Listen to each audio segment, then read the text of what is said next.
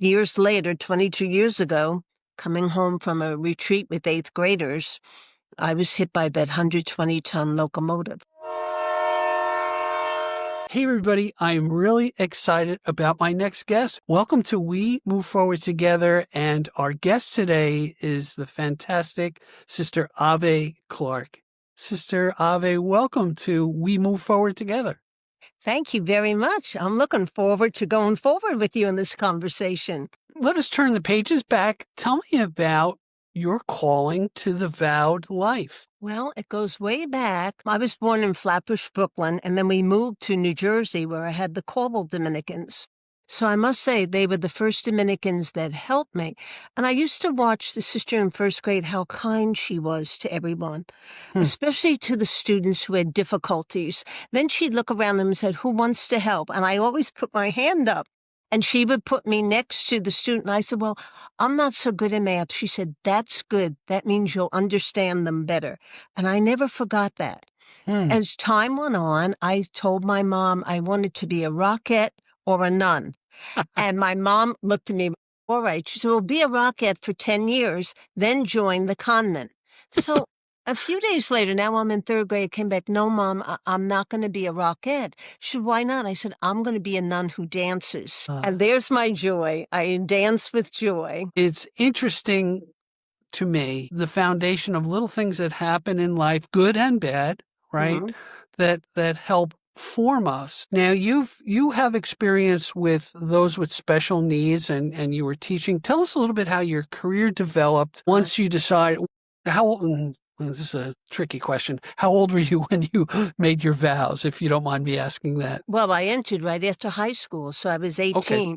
And in fact, tomorrow, September 9th, is 63 years later that I am still a Dominican sister and enjoying it. But when I entered, I was sent out to teach first grade.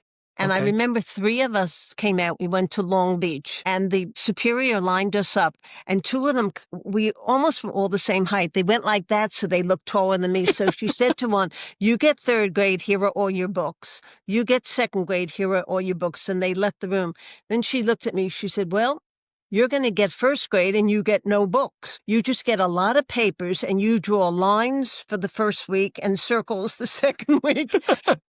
And I remember she said, now, you must be very strict. Don't smile much and you be strict. So when she left me, I thought, oh, Lord, and there was a sister sitting over to the right who became one of my best friends, Sister Rose Michael, who's in heaven now. So Rosie looked at me and she went like that.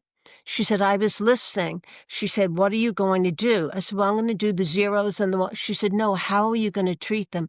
I said, I can't be strict. She said, no, you don't need to be strict. You need to show your students that you love them. You smile, you care, and you inspire them to be good. Wow. I never forgot that, Steve. And then there was that call, help the students who have more needs. And I went into special ed. And I can remember in that classroom, I learned so much, Steve, about the goodness of everyone's humanity. And it doesn't start up here. Right. It starts in your heart. And one day, one boy came up to me and he said, hey, Sister Ravi, you know that boy over there is my best friend and he has nothing in his head. Now, that's how they would talk. And he said, but I know what you say. He has a lot in his heart. But he said, Sister, you only gave him 1 star today for neatness. Give the kid 2 stars, Sister. Oh, I said, all right, what's the other star for? Sister, the kid's like Jesus. He's so kind. So I go on over, I give him a star, and later on I'm going around the room and I'm checking everybody. And I get to that boy and he looks up at me and he says, Sister, you know what you did for me today? I said, what?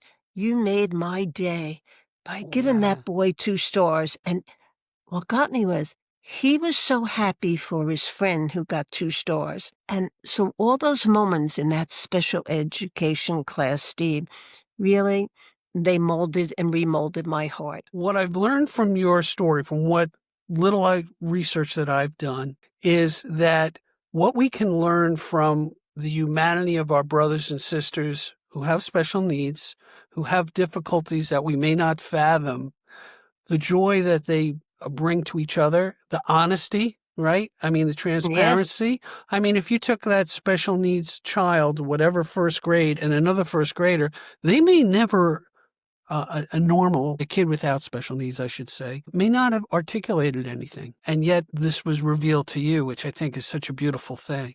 And one day I met one of my students. This was years later. He had gotten a job with Con Ed as a messenger.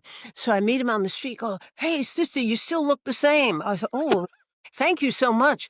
He goes, "Sister, want to see my check today? I'm putting it in the bank, how much I get." So I looked at it and said, "Oh, wow, I wish I got that." He said, "Sister, you don't get paid. You work for God." And then I looked at him. He said, "But sister, you get more.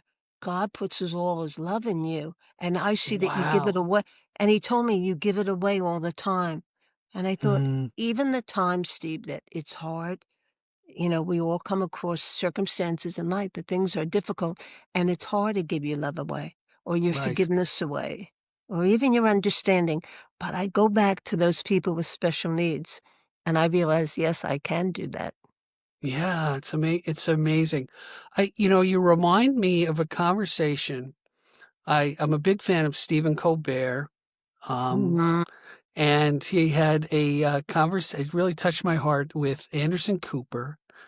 And he basically said, what, you know, uh, I'm paraphrasing, both the suffering and the joys that we receive, we accept them both because like life is a gift.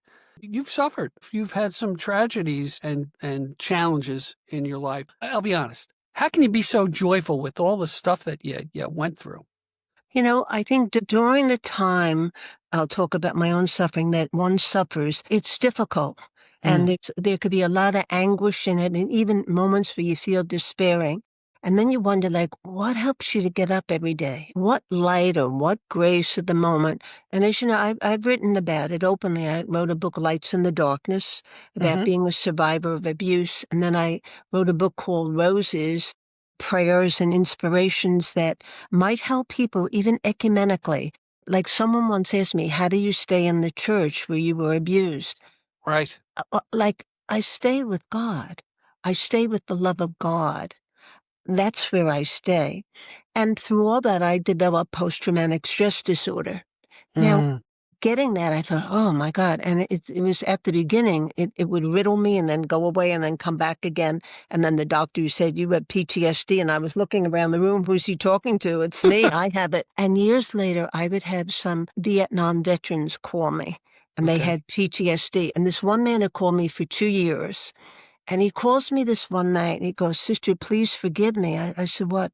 He said, it just keeps getting to me." Now, he knew I had it for a different reason. And we would always talk. I had only met him on the phone, but I knew his friend. And he said, "I know you'll understand later.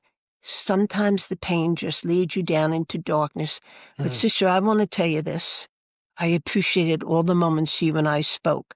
wow. Bang, he shot himself. Oh my God. And there was no sound.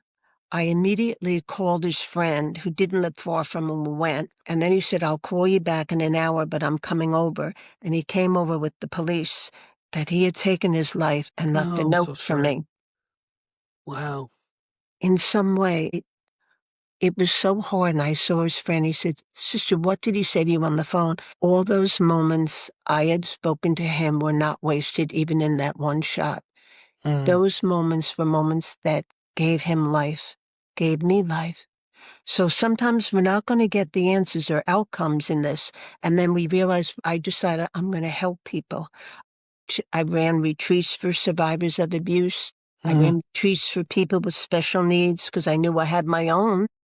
And right. then years later, 22 years ago, coming home from a retreat with eighth graders, I was hit by that 120-ton locomotive, which left me with, to this day, I have lots of pain. And even in that, Steve, do I wish it didn't happen? I'm not a naive person. I don't look to Right. be, but even in that, I learn, all right, you have a disability. You can either sit back and not do anything in life, or you can get up, hobble out, limp out into life, and you will continue on. And then I meet other people who have different other kinds of disabilities. We talk about our struggles, but we don't let our struggle, I won't let the struggle define me. Excellent. Has it refined me, Steve? Yes. Refined you, right? It's what's amazing to me in the story that you just told, and I'm a psychologist, no expert on suicide, but from what I've heard, it's like falling down a hole that you can't climb out of.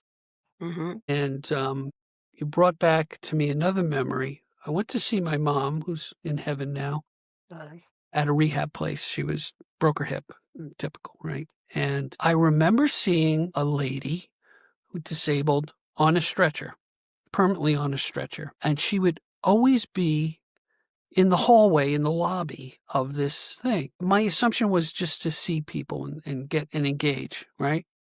So I'm a chatty Cathy, and I walk up and I talk to her, and I said, I talked about how you can get defined by your struggles. Mm-hmm. We can look at somebody, oh, they're disabled, crippled. You pick the word, and the struggle you have to say there's a human inside here. And very similar to the story you told, I spoke with her and I felt blessed to talk to her. I went back 2 days later and she had passed. But we had such a beautiful conversation. At that time, I was struggling with chronic pain as well. Mm-hmm. And you get defined by it. You have back pain. Everyone's got a back cure. Anyway, I'm kind of chatting too much, but it's interesting. So now what I'm gathering from you is your struggle has given you the gift of empathy with others who have similar struggles. And it's a gift. I remember going somewhere, and there were people that they had terrible things happen. Children had taken suicide. And there were all kinds of things. We were like sitting in the room in a circle. And once, Sister Ave will be our leader this evening. So I looked, I said, no, I'm not going to be your leader. I'm going to be one with you. And I said, look around the circle. It's shaped like a heart. And they're all looking like, because we're all in it. It's shaped like a heart because our humanity is in it. And when you start to understand your own humanity, you don't make judgments on others. You understand we all have limitations and flaws or whatever, and we don't have to get annoyed about small things. But I learned so much. I know I'm a great listener. I'm a counselor. I'm a gentle soul. I think if somebody would say, how would you describe yourself? I think I would use that word compassion, to suffer with. Right. I don't mind being with people and understanding. Do I wish sometimes they didn't have the struggle? And I never say to somebody, I'm so sorry. One of my friends, her only son, took his life. And I bought her a little yellow flower and I put it on the side, and we're all online before the coffin to get up. And I thought to myself, I could hear people saying, I'm sorry. And I didn't want to say those words. So I hugged her and I said to her, you will always be a mom. And she looked at me. 2 months later, she called me. She wanted to come over and visit. She, I want to come over and thank you. And I'm thinking about the plant, the yellow plant, because her son loved yellow.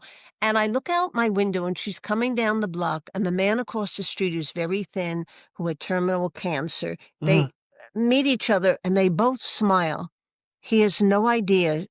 She just buried her only son, and she has no idea that he's dying, but they smile. So she comes, and in our talking, she said, I came to, oh, do you like the yellow plant? She goes, oh, yes. She said, Ave, thank you for saying the words. I will always be a mom. She said, he's there, but he's here. And then I told her about the gentleman. She said, tell him I will pray for him. So 2 days later, I meet him and I tell him, he said, oh, what a nice looking lady. And she had a beautiful smile. So I tell him what she had been through. And in his dying, he said, you tell her in a few weeks, I will be watching over her. So, Sorry. and Steve, these are people that I meet. So from both of those people, I receive. For those who are listening, why are we talking to Sister Ave? Why are all these different guests? Well, there's an initiative with the Dominican Sisters of Amityville to take their mission and broadcast it out to people of goodwill. And that's why we're highlighting people like Sister Ave to say, hey, you know what? I like what Sister Ave is doing. Let me get in touch with her and maybe she can teach me to do what she's doing. And what I'm learning from you in the short time that we know each other, Sister Ave, it's in the simple things that we do daily, these baby steps that can be so meaningful that we may never know where these seeds land. But I'm telling you, God's love is landing in those little actions that you do. One of the best books, and I read this book, is your story about your good friend Arthur. And I've gained many things from it. But tell us about Arthur. Many years ago, would be, I guess, about 17 now, I met Arthur at St. Jude's in Canarsie. Okay. And he came over to me. I was at the podium going to give out papers. He said, "Sister, my name's Arthur. Could I help you?" I said, "Oh, thank you. Would you give the papers out?" I give them to him, and he goes back to his seat, folds his hands, and puts the papers under them. I see the people in the parish go over and say, "Arthur, do you need help?" He said, "Oh, yeah, let's help Sister give the papers out." So we did. At the end, he comes over and he said, "Sister, what time will you be home this evening?" I said, "I think I'll be home by 10. Could I call you at 10:06?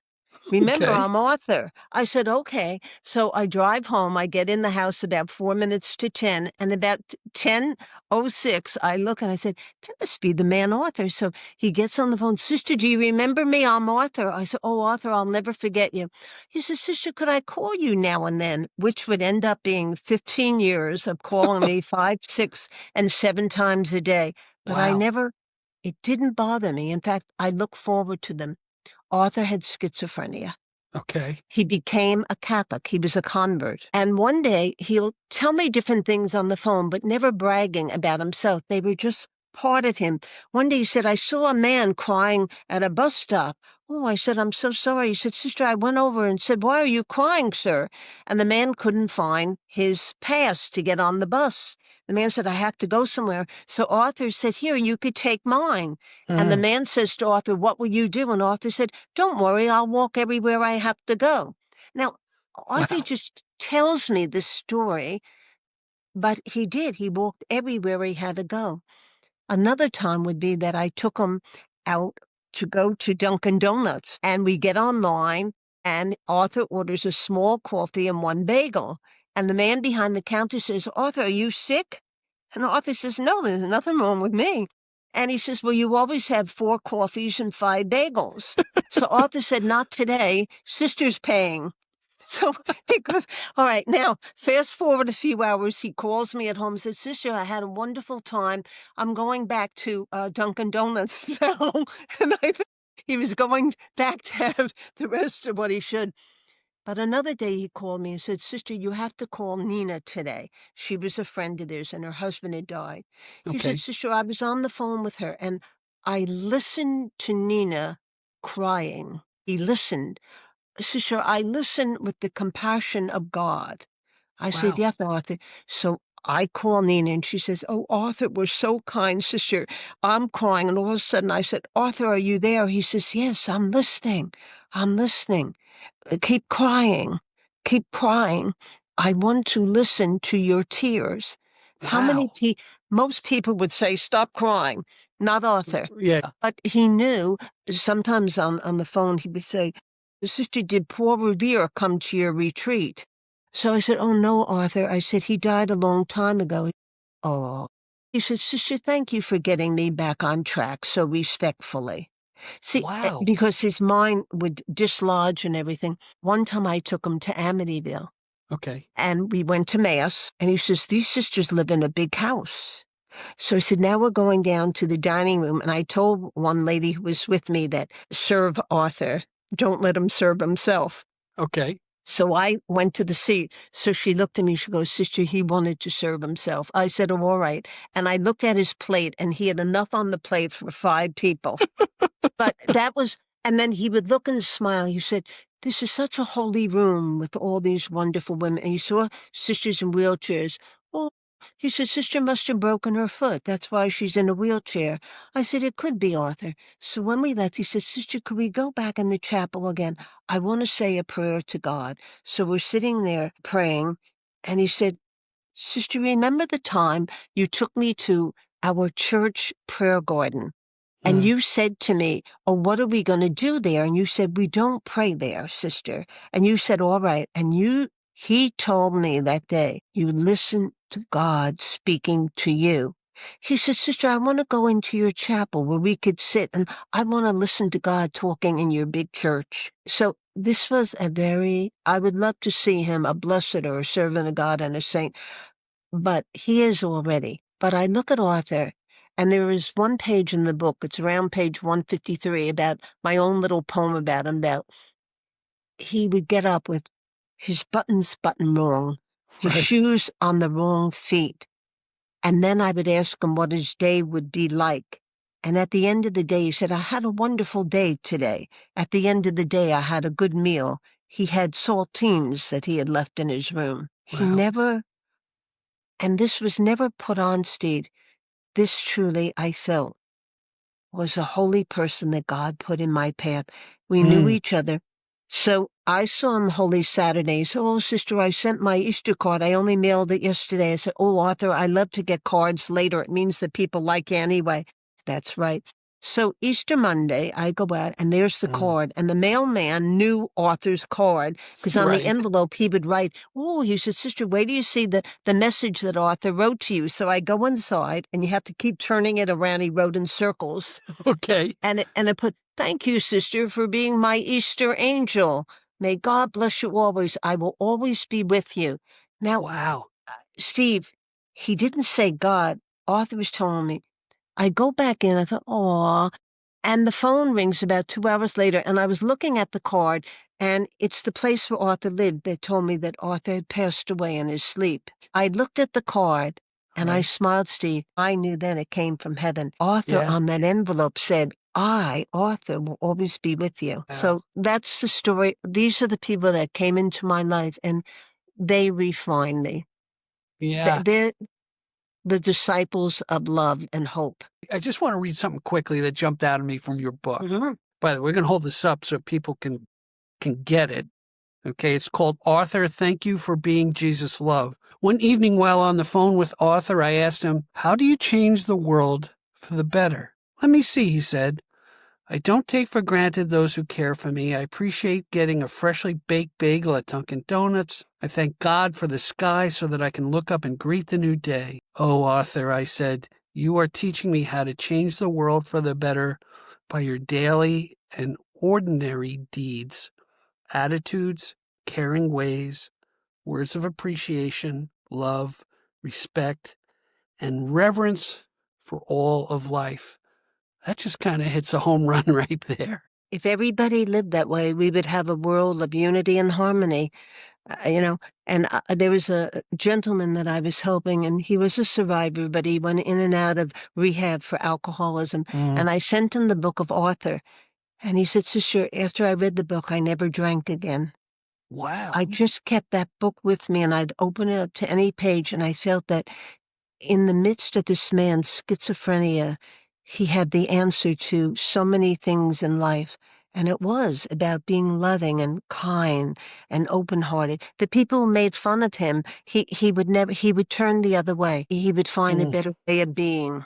There may be a point in your life where you say, I want the joy that Sister Ave has. I want the simplicity of life. I'm not trying to recruit anyone to become a sister, but I am trying to recruit people through example of the people that we speak to say, hey, you know what? This is the life that I want. It's great to get some insights on the small things that we can do to make the world better.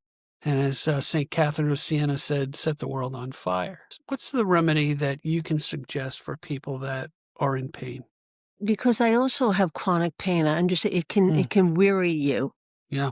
And I tell people, to be aware of it. Don't run away from it.